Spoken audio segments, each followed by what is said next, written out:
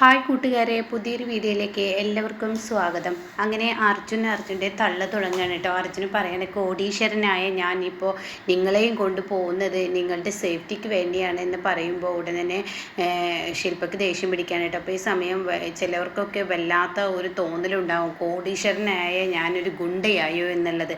അപ്പോൾ ശില്പയെ ഉദ്ദേശിച്ചാണ് അത് പറയുന്നത്. ശില്പക്ക് മനസ്സിലായിട്ടോ. ഈ സമയം ശില്പ കീർത്തിയോട് പറയണേ, ഇനിയിപ്പോൾ എന്താണാവോ, ഇയാളൊരു ഗുണ്ടയാണോ, എനിക്ക് അത്ര തോന്നുന്നില്ല ഇത്ര നല്ല ശരിയായ ഒരാളാണെന്ന്. എന്തായാലും നമ്മളെ അമ്പലത്തിലോട്ട് തന്നെ ഇയാൾ കൊണ്ടുപോകുന്നൊന്നും പറയാൻ പറ്റത്തില്ലല്ലോ. അപ്പോൾ കീർത്തി പറയുകയാണെങ്കിൽ നമുക്ക് ലൊക്കേഷൻ ഇട്ട് നോക്കാം, ലൊക്കേഷൻ ഇട്ട് പോവാം, അതായിരിക്കും നല്ലതെന്ന് പറയാം കേട്ടോ. ആ സമയം ഇവർ ലൊക്കേഷൻ ഇട്ടുകൊണ്ടിരിക്കുകയാണ് കേട്ടോ. അങ്ങനെ ലൊക്കേഷൻ നോക്കുമ്പോൾ പെട്ടെന്ന് റൂട്ട് മാറ്റുന്നത് കാണുകയാണ്. ഇത് കാണുന്നതിനോടുകൂടി താൻ എന്നെ എങ്ങോട്ടാടാ കൊണ്ടുപോകുന്നത്? അപ്പോഴേക്കും അമ്പലത്തിലോട്ട്. വണ്ടി നിർത്തടോ, മര്യാദക്ക് നിർത്തടോ. അപ്പോഴേക്കും കീർത്തിയും പറയാം, വണ്ടി നിർത്തടോ. ഇല്ല, വണ്ടി നിർത്തില്ല. അപ്പോഴേക്കും പ്രിയതമ ചോദിക്കുക, എന്താ പ്രശ്നം എന്ന് ചോദിക്കുന്നുണ്ട്. അച്ഛാ, ഇവന് നമ്മളെ തട്ടിക്കൊണ്ട് പോവാന്ന് തോന്നുന്നു. അയ്യോ ഈശ്വര, പെട്ടല്ലോ. അപ്പോഴേക്കും അച്ഛനാണെങ്കിലും നിർത്തടോ വണ്ടി എന്ന് പറയുന്നുണ്ട്. പക്ഷെ ആ സമയം നിർത്തില്ല കേട്ടോ. അർജുൻ പറയാൻ നിർത്തില്ല, എൻ്റെ ഡ്യൂട്ടി എനിക്ക് കറക്റ്റായി ചെയ്യണം, നിങ്ങളെ കറക്റ്റായ സ്ഥലത്ത് എത്തിക്കുക എന്നുള്ളതാണ് എൻ്റെ ഡ്യൂട്ടി, അത് ചെയ്തേ പറ്റത്തുള്ളൂ, അത് ചെയ്യാതിരിക്കാൻ എനിക്ക് പറ്റത്തില്ല എന്ന് പറയുമ്പോൾ തന്നോട് വണ്ടി നിർത്താനല്ലേ പറഞ്ഞത്? ഇല്ല, ഞാൻ നിർത്തത്തില്ല. അപ്പോൾ ഉടൻ തന്നെ പറയണം, താൻ ഈ അമ്പലത്തിലോട്ടെന്ന് പറഞ്ഞ് ഞങ്ങളെ ഇങ്ങോട്ടാണ് കൊണ്ടുപോകുന്നത്, നിങ്ങളെ ഞാൻ അമ്പലത്തിലോട്ട് തന്നെ കൊണ്ടുപോകുന്നത് എന്ന ലൊക്കേഷനിൽ ഞങ്ങൾ കണ്ടല്ലോ, താൻ അമ്പലത്തിലോട്ടല്ല കൊണ്ടുപോകുന്നതെന്ന് ശില്പ പറയാണ്. ഈ സമയം അയ്യോ, നിങ്ങളെ ഞാൻ കൊണ്ടുപോകുന്നത് ആ മീഡിയക്കാരുടെ കയ്യിൽ നിന്ന് രക്ഷിക്കാൻ വേണ്ടിയാണ്. കറക്റ്റായ റൂട്ടിൽ അമ്പലത്തിലോട്ട് പോയാൽ മീഡിയക്കാരെ പിറകെ വരും, അവരുടെ ആ വരവ് ഒഴിവാക്കാൻ വേണ്ടി ഞാൻ വേറെ റൂട്ട് പിടിച്ചതാണ്. നിങ്ങളെ എന്നാലും ഞാൻ അമ്പലത്തിൽ തന്നെ എത്തിക്കും, താൻ കള്ളം പറയാതെ എന്ന് പറയുമ്പോൾ ഉടൻ തന്നെ അയ്യോ, ഞാൻ കള്ളം പറഞ്ഞതല്ല എന്ന് പറയുന്നുണ്ട് കേട്ടോ. ആ സമയം കീർത്തി ലൊക്കേഷൻ നോക്കുമ്പോൾ കറക്റ്റ് അമ്പലത്തിലോട്ടാണ് കേട്ടോ പോകുന്നത് കാണുന്നത്. അത് കാണുന്നതിനോടുകൂടി ഉടൻ തന്നെ കീർത്തി പറയാണ്, ചേച്ചി ഇത് ഇയാളെ അമ്പലത്തിൽ തന്നെയാണ് പോകുന്നത്, ചേച്ചി ഇയാളെ കുറ്റം പറയണ്ട. അങ്ങനെ പറഞ്ഞു കൊടുക്കൂ കൂട്ടി, നിൻ്റെ ചേച്ചിയെ കെട്ടാൻ പോകുന്ന, നിൻ്റെ ചേച്ചിയെ കെട്ടിയ ഭർത്താവിൻ്റെ സ്ഥിതി പറയാനില്ല എന്ന് പറയട്ടോ. ഇത് കേൾക്കുന്ന ശില്പയുടെ അച്ഛനൊന്ന് നോക്കുന്നുണ്ട് കേട്ടോ. ഈ സമയം കീർത്തി ഇങ്ങനെ പരസ്പരം അങ്ങോട്ടും ഇങ്ങോട്ടും നോക്കുന്നുണ്ട് കേട്ടോ. അതേസമയം ഉടൻ തന്നെ പറയാണ്, ഇത് കല്യാണം കഴിച്ചിട്ടില്ല എൻ്റെ ചേച്ചി എന്ന് പറയാണ്. അപ്പോഴേക്കും ഇവള് കല്യാണം കഴിച്ചിട്ടില്ല, അനിയത്തിക്ക് നല്ലൊരു ആലോചന വന്നപ്പോൾ ഞങ്ങൾ അങ്ങ് നടത്തി കൊടുത്തു എന്ന് കീർത്തിയുടെ അച്ഛൻ പറയാണ്. ഓഹ്, എന്തായാലും നിർഭാഗ്യവാനായിരിക്കും ഇനി ഇവളെ കെട്ടാൻ വരുന്നവന്. അതിന് തന്നെ ഞാൻ കെട്ടില്ലല്ലോ, എന്നെ കെട്ടണ്ട, എനിക്ക് നിന്നെ വേണ്ടായേ. അയ്യോ, എത്ര പൊന്നു തരാമെന്ന് പറഞ്ഞാലോ, പൊന്നു കൊണ്ട് തുലാഭാരം തൂക്കാന്ന് പറഞ്ഞാലും തന്നെ ഞാൻ കെട്ടില്ല എന്ന് പറയണ്ട. അപ്പോൾ ശില്പയുടെ അച്ഛനെ ഇങ്ങനെ ചിരിക്കുന്നുണ്ട്. ഈ സമയം ശില്പയാണെങ്കിലോ മതിയോടെ തൻ്റെ തള്ള് കോടീശ്വരനായ ഒരുത്തപ്പോൾ ഡ്രൈവർ ജോലിക്ക് നിൽക്കുകയാണ്, താനൊന്ന് തള്ളിയത് നിർത്ത് എന്ന് പറയുമ്പോൾ ഇങ്ങനെയൊക്കെ ആണെങ്കിലും ഭയങ്കര ബുദ്ധിമതിയാണ്, എത്ര പെട്ടെന്നാണ് ഞാനൊരു തള്ളുകാരനാണെന്ന് ഇവൾ കണ്ടെത്തിയത്, എന്ത് ബുദ്ധിയാണ് ഇതിന് എന്നിങ്ങനെ പറയുന്നുണ്ട് കേട്ടോ. ഇതേ സമയം മിഥുൻ പറയാണ് ഗുണ്ടകളോട്, ഒരിക്കലും അങ്ങനെ സംഭവിക്കാൻ പാടില്ല, അവരെ കണ്ടെത്തണം. അതിന് സാർ, ഞങ്ങൾ വിചാരിക്കുന്നത് പോലെയൊന്നല്ല, അവനൊറ്റയ്ക്കല്ല, അവൻ്റെ കൂടെ ഒരു 10-12 ആളുകളുണ്ട്, അത്രയും എനർജിയാണ് അവനൊരു ക്രിമിനലാണ് എന്നൊക്കെ പറയുമ്പോൾ എന്ത് തന്നെ പറഞ്ഞാലും അവൻ ഈ അമ്പലത്തിൽ എത്താൻ പാടില്ല. അങ്ങനെയെങ്കിലും എൻ്റെ വിവാഹം മുടങ്ങണം, നിങ്ങളെല്ലാവരും കൂടി എൻ്റെ വിവാഹം നടത്താനുള്ള പരിപാടിയാണെങ്കിൽ തന്നെയൊന്നും ഞാൻ വെറുതെ വിടല്ലടോ, മര്യാദക്ക് വേറെ വണ്ടി വിളിച്ച് വരാൻ നോക്കുക. അതല്ല സാറ്, അവൻ ടയറും ഒക്കെ കേടുവാക്കി, അതന്നെയാണ് തന്നോട് പറഞ്ഞത്, വേറൊരു വണ്ടി വിളിച്ച് വരാൻ നോക്ക്. അങ്ങനെ ഈ വാക്കുകൾ മിഥുൻ്റെ കേൾക്കുമ്പോൾ ഗുണ്ടകളാണെങ്കിൽ വേറെ വണ്ടി വിളിച്ച് വരുന്നു കേട്ടോ. ഇതേ സമയം ധ്വനിയാണ് കാണിക്കുന്നത്. ധ്വനി ഫോൺ വിളിച്ച് ഓട്ടോക്കാരനോട് പറയണേ, എത്ര നേരമായി ഞാൻ ഈ നടുറോട്ടിൽ നിൽക്കുന്നത്, നിങ്ങളുടെ ഓട്ടോയും കാത്ത്, എന്താ നിങ്ങൾക്ക് കറക്റ്റ് സമയത്ത് വന്നാൽ മര്യാദക്ക് കറക്റ്റ് സമയത്ത് ഇങ്ങോട്ടേക്ക് എത്താൻ നോക്കി എന്തൊക്കെ ഇങ്ങനെ പറയുന്നുണ്ട് കേട്ടോ.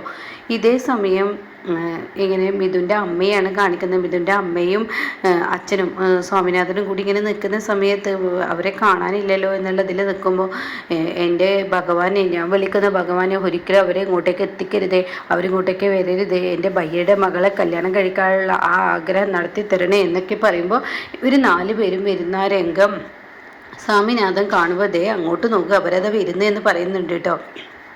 ഇതേ സമയം അയ്യോ, എൻ്റെ ഈശ്വരൻ എന്നെ ചതിച്ചു, എൻ്റെ ഈശ്വരൻ എൻ്റെ മകനെ കൈവിട്ടു, അവരിത് അങ്ങോട്ടേക്ക് കടന്നു വരുന്നതെന്ന് പറയുമ്പോൾ ഒരിക്കലും ഇഷ്ടപ്പെടില്ല കേട്ടോ ഈ പറയുന്ന മിഥുൻ്റെ അമ്മയ്ക്ക് കേട്ടോ. അങ്ങനെ കീർത്തിയുടെ അമ്മയും അച്ഛനും അതുപോലെ ശില്പയും കൂടി കടന്നു വരികയാണ്. അങ്ങനെ ഇവരെ പരിചയപ്പെടുത്തി കൊടുക്കുകയാണ്. ഉടൻ തന്നെ ഇതാണ് മിഥുൻ്റെ അച്ഛൻ എന്ന് പറഞ്ഞ് ശില്പ പരിചയപ്പെടുത്തി കൊടുക്കുന്നുണ്ട്, എൻ്റെ അമ്മയും അച്ഛനും. അപ്പോൾ ഉടൻ തന്നെ മറ്റുള്ളവരവിടെ അപ്പോഴേക്ക് എത്തുകയാണ്, മിഥുനും മിഥുൻ്റെ അമ്മയും. മിഥുനും മിഥുൻ്റെ അമ്മയെ എത്തിയെന്ന് കണ്ട ഉടനെ തന്നെ ഇതാണ് മിഥുന്, ഇതാണ് ഈ നിൽക്കുന്ന അമ്മ എന്ന് പറയാണ് ശില്പ. അപ്പം മിഥുനോട് മിഥുൻ്റെ കീർത്തിയുടെ അച്ഛൻ പറയണേ, എന്തായാലും മോനെ നിനക്ക് എൻ്റെ മകളെ കെട്ടിക്കഴിഞ്ഞാൽ വെച്ചിട്ട് കയറ്റം തന്നെയായിരിക്കും, നീ വലിയ ഉയരങ്ങളിലോട്ട് നീ എത്തും എന്നൊക്കെ പറയുമ്പോൾ അതെ എനിക്ക് കുറച്ച് പണിയുണ്ട്, ഞാൻ അങ്ങോട്ടേക്ക് പോട്ടെ എന്ന് പറഞ്ഞിട്ട് അവിടെ നിന്ന് പോവുകയാണ് കേട്ടോ. ഇതേ സമയം ഇവരാണെങ്കിലോ ഞങ്ങളിന്ന് അമ്പലത്തിൽ തൊഴട്ടെ എന്ന് പറയുന്നുണ്ട്. ആ സമയം ധ്വനി കാണാൻ കടന്ന് ഇങ്ങനെ വരുന്നു കേട്ടോ. പക്ഷേ ശില്പ കാണുന്നില്ല. അങ്ങനെ ശില്പ അമ്പലത്തിലോട്ട് തൊഴാൻ പോവുകയാണ്. കുറേ നാരങ്ങവിളക്കുകൾ കത്തിച്ച് ദൈവത്തിന് മുന്നിൽ ഇങ്ങനെ പ്രാർത്ഥിക്കുമ്പോൾ ശില്പയുടെ ഈ ഒരു പ്രവൃത്തി കണ്ട് കീർത്തി പോലും അമ്പരന്ന് പോവാണ് കേട്ടോ. അപ്പോൾ ഉടൻ തന്നെ ഇവരുടെ മുന്നിലോട്ട് ഇങ്ങനെ ധ്വനി കടന്നു വരുമ്പോൾ ധ്വനിയാണെങ്കിലോ അർജുൻ്റെ മുന്നിലെത്തുകയാണ് കേട്ടോ. അപ്പോൾ അർജുനെ കണ്ട ഉടൻ തന്നെ, എടോ താനീ വിളിക്കാത്ത കല്യാണത്തിന് ഇത് എന്തോന്ന് ലുക്കിലാണ് വന്നിരിക്കുന്നത്, എന്താ ഈ ലുക്കിന് കുഴപ്പമില്ലേ, ഇതിപ്പോൾ എൻ്റെ ഡ്രൈവർ വശത്ത് വേറെ, കല്യാണത്തിന് വേറെ, ഇനിയിപ്പോൾ റിസപ്ഷന് വേറെ ആയിരിക്കും, അതിന് തന്നെ വിളിച്ചിട്ടില്ലല്ലോ, വിളിക്കാത്ത കല്യാണത്തിന്. അത് എന്നെയല്ലേ വിളിക്കാത്തത്, തന്നെയാണ് വിളിക്കാത്തത്, തന്നെ വിളിച്ചിട്ടില്ലല്ലോ, താനിവിടെ ഞാനതിന് കല്യാണത്തിനല്ലല്ലോ വന്നത്, ഞാൻ അമ്പലത്തിൽ വന്ന് തൊഴുന്നതിനിടയ്ക്ക് പെട്ടെന്ന് യാദൃശികമായി കണ്ടു, അങ്ങനെ ഒരു സംസാരമാണ് ഞാൻ ഉണ്ടാക്കുക, അല്ലാതെ തന്നെ പോലെയല്ല. എന്തായാലും താൻ ഈ വേഷത്തിൽ അടിപൊളിയായിട്ടുണ്ട് എന്ന് പറയണ. അത് പിന്നെ താൻ അങ്ങനെ പറയുമല്ലോ. അല്ല ആര്യൻ വന്നില്ലേ, അതെനിക്കറിയത്തില്ല, ആര്യനും ആര്യൻ്റെ കുടുംബമൊക്കെ ഇപ്പോൾ എത്തുമായിരിക്കും, SP സാറൊക്കെ എത്തുമായിരിക്കും. എന്തായാലും ഞാൻ പരിചയപ്പെടുത്തി തരാം, വേണ്ട നിൻ്റെ പരിചയം ഒന്നും വേണ്ട, കാരണം ഞാൻ എങ്ങനെയെങ്കിലും അവരോട് സംസാരിച്ചോളാം, നീ നിൻ്റെ വഴി നോക്കിക്കോ, കാരണം നീ പരിചയപ്പെടുത്തി കഴിഞ്ഞാൽ തീർച്ചയായും ഞാൻ അവർക്ക് മുന്നിൽ ഒരു തള്ളയായി മാറും. അപ്പോൾ ഇപ്പോൾ സത്യം പറയാച്ചെങ്കിൽ നീ സാരി വേഷത്തിൽ നീ നല്ലൊരു ലുക്ക് കാണാനുണ്ട് എന്നിങ്ങനെ പറയുന്നുണ്ട് കേട്ടോ. ആ സമയം മതി എൻ്റെ ലുക്ക് കേടും, നീ പറഞ്ഞ് എന്നെ തിരുത്താനൊന്നും നിൽക്കേണ്ട, നിൻ്റെ തള്ളു കാരണം ഞാൻ അവരുടെ മുന്നിൽ ഒന്നും അല്ലാതായി പോകും, അത് ഒഴിവാക്കാനാണ് ഞാൻ നിന്നോട് പറയുന്നത്. അതുകൊണ്ട് തന്നെ ഞാനൊരു കാര്യം പറയട്ടെ, നീ എന്നെ പരിചയപ്പെടുത്തണ്ട, ഞാൻ എന്തായാലും ആര്യനെ ഞാൻ എൻ്റേതായ വഴിക്ക് നോക്കിക്കോളാം, നീ നിൻ്റെ വഴിക്ക് നോക്കിക്കോ എന്നൊക്കെ പറഞ്ഞിട്ട് ഞാൻ പ്രാർത്ഥിക്കാൻ വേണ്ടി പോട്ടെ എന്ന് പറഞ്ഞ് അമ്പലത്തിൽ പോവാണ് കേട്ടോ. അപ്പോൾ ഈ നാരങ്ങ വിളക്ക് ഇങ്ങനെ കത്തിച്ചിട്ട് കീർത്തി ഇങ്ങനെ ആരതി ഒഴിയുന്നത് പോലെ ദൈവത്തിന് മുന്നിൽ അതിങ്ങനെ തൻ്റെ പൂജ കാര്യങ്ങളൊക്കെ ചെയ്യുകയാണ്. അപ്പോൾ അതുപോലെ ശില്പയും ചെയ്യുന്നത്. അപ്പോൾ ഇതേ സമയം ധ്വനി ഇവരുടെ പിറകിലുണ്ട്. ഇവരിങ്ങനെ ഓരോ വഴിയിലൂടെ കടന്നു പോകുമ്പോൾ ധ്വനി അവിടെയൊക്കെ തൻ്റെ ഈശ്വരന്മാരോട് പ്രാർത്ഥിച്ചും കൊണ്ടിരിക്കുകയാണ്. ശില്പയുടെ പ്രാർത്ഥന കഴിഞ്ഞിട്ടാണ് പിന്നീട് ധ്വനി പറയുകയാണ്, എൻ്റെ കൂട്ടുകാരിക്ക് വേണ്ടിയാണ് ഞാൻ ഈ നാരങ്ങ വിളക്ക് കത്തിക്കുന്നത്, ഇത്രയും നാരങ്ങ വിളക്ക് ഞാൻ കത്തിക്കുന്നത് അവൾക്ക് വേണ്ടിയാണ്, കാരണം അവൾ എനിക്ക് വേണ്ടി കത്തിക്കുന്നുണ്ടാവുമെന്ന് എനിക്കറിയാം, അവൾ എവിടെയായിരുന്നാലും അവൾ സുഖമായിരിക്കണം എന്നിങ്ങനെ ശില്പയെക്കുറിച്ച് ധ്വനി പ്രാർത്ഥിക്കുകയാണ് കേട്ടോ. അപ്പോൾ ഈ സമയം കീർത്തി ചോദിക്കുക, ചേച്ചി എന്തിനാ ഇത്ര തോന്നെ നാരങ്ങ വിളക്ക് കത്തിച്ചത്?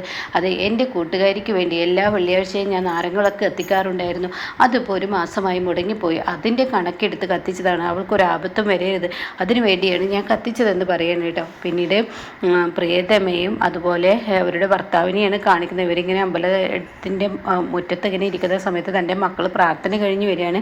അമ്മയെ പ്രാർത്ഥിച്ചു ഞങ്ങൾ എന്ന് പറയാണ്. അത് കേട്ടോടെ തന്നെ പ്രിയതമ പറയാണ്, എനിക്കറിയാം, ഞാനിവിടെ ഇരുന്ന് എൻ്റെ മക്കൾക്ക് വേണ്ടി പ്രാർത്ഥിക്കുന്നുണ്ടായിരുന്നു എന്നൊക്കെ ഇങ്ങനെ പറയണം കേട്ടോ. ആ സമയം ഇനി എന്തായാലും പേടിക്കാനൊന്നുമില്ല എന്ന് പറഞ്ഞ ഉടൻ തന്നെ ശില്പയുടെ അച്ഛൻ പറയാണ്, അത് എൻ്റെ മക്കൾക്ക് വേണ്ടി നിങ്ങൾ ആരും പ്രാർത്ഥിക്കണ്ട, എൻ്റെ കീർത്തി വലിയ ഉയരങ്ങളിലോട്ട് എത്തും, നിങ്ങളാരും പ്രാർത്ഥിച്ചിട്ടല്ലല്ലോ എൻ്റെ കീർത്തിക്ക് ഇത്രയും ഉയരങ്ങൾ കിട്ടിയത്, അതുകൊണ്ട് പ്രാർത്ഥിക്കാതിന് തന്നെ കിട്ടും. ഇതൊക്കെ ഒരു അന്ധവിശ്വാസമാണ്, വെറുതെ ദൈവത്തിന് മുന്നിൽ ഇങ്ങനെ കൈകൂപ്പുന്നത്, അതിലൊന്നൊരർത്ഥമില്ല എന്നിങ്ങനെ ശില്പയുടെ അച്ഛൻ പറയുമ്പോൾ ഇവർക്കാണെങ്കിലും എന്താണ് ഇവരോട് പറയേണ്ടതെന്ന് അറിയാതെ അത്രയും ദേഷ്യത്തിൽ ശില്പ ഇങ്ങനെ നോക്കുന്നുണ്ട് കേട്ടോ ഈ പറയുന്ന കീർത്തിയും അവിടെ മൗനമാവാണ്. അപ്പോഴാണ് കേട്ടോ അങ്ങോട്ടേക്ക് SP കടന്നു വരുന്നത്.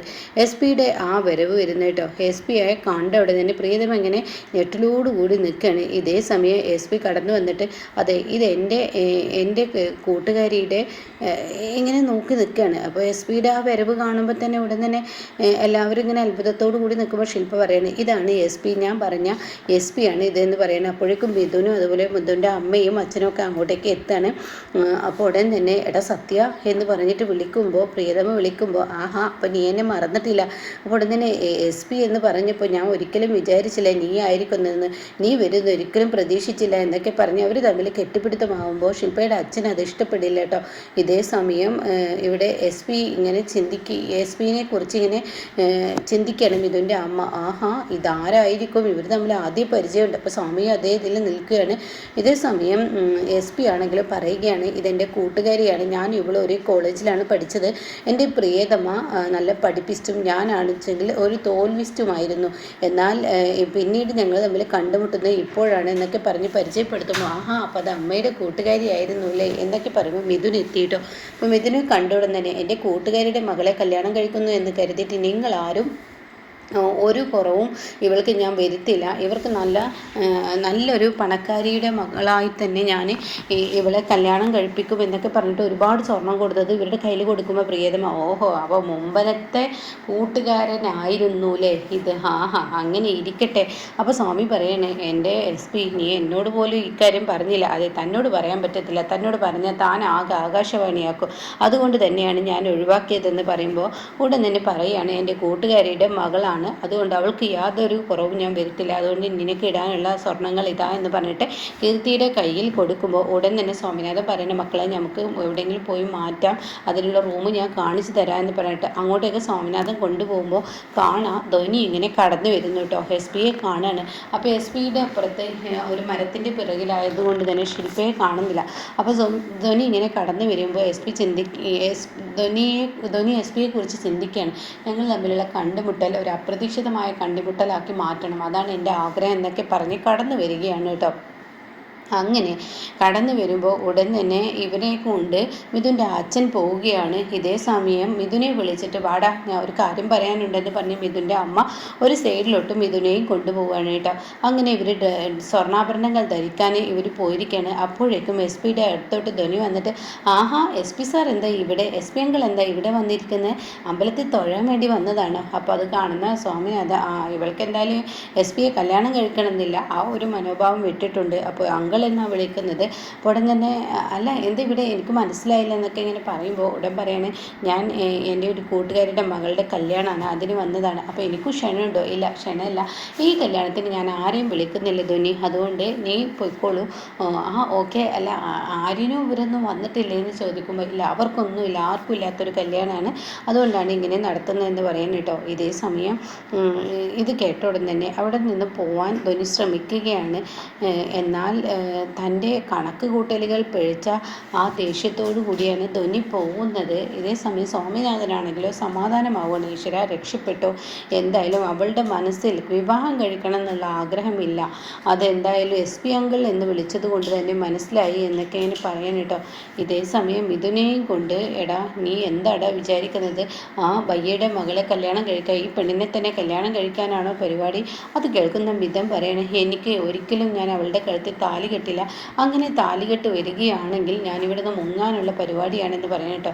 ഇതേ സമയം ധ്വനിയാണെങ്കിലും അർജുൻ്റെ മുന്നിൽ വന്നിട്ട് താൻ എന്തൊക്കെയാണ് പറഞ്ഞത്, ഇവിടെ ആര്യൻ്റെ കുടുംബം എന്തിനാണ് നീ ഇങ്ങനെ തള്ളുന്നത്, ആരും തന്നെ വരുന്നില്ല.